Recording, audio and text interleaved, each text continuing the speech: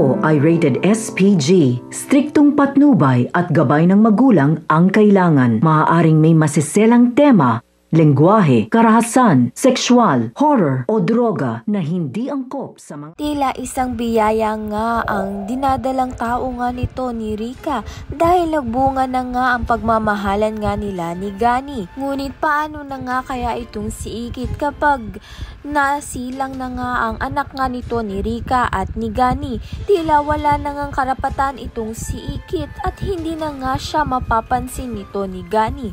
Kaya naman nga't desidido na nga itong si Gani na ibenta nga ang kanyang lupain upang ngang pondohan nga ang resort project nga nito ni Rika. Tila parang tunay na magkapatid nga itong si Angela at si Ikit nang magbangayan nga ito dahil lang nga rin ito ngang si Angela ay pinagsasabihan nga itong si Ikit na kapag nga raw isinilang na nga ang anak nga nito ni Rika ay hindi na nga siya mapapansin ng ama nga niyang si Gani.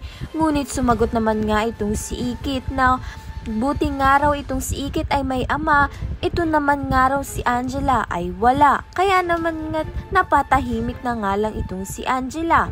Ito namang si Angela ay nabalitaan nga na may nabingwit nga na afam ito ngang si Ikit. Ngunit ang sabi nga ni Ikit kay Angela ay pakialamera nga siya dahil tila ba parang nga itong marites na kung ano-ano nga ang nalalaman. Ayan, at iba pa ang dapat nating pakaabangan. Maraming salamat sa iyong panonood.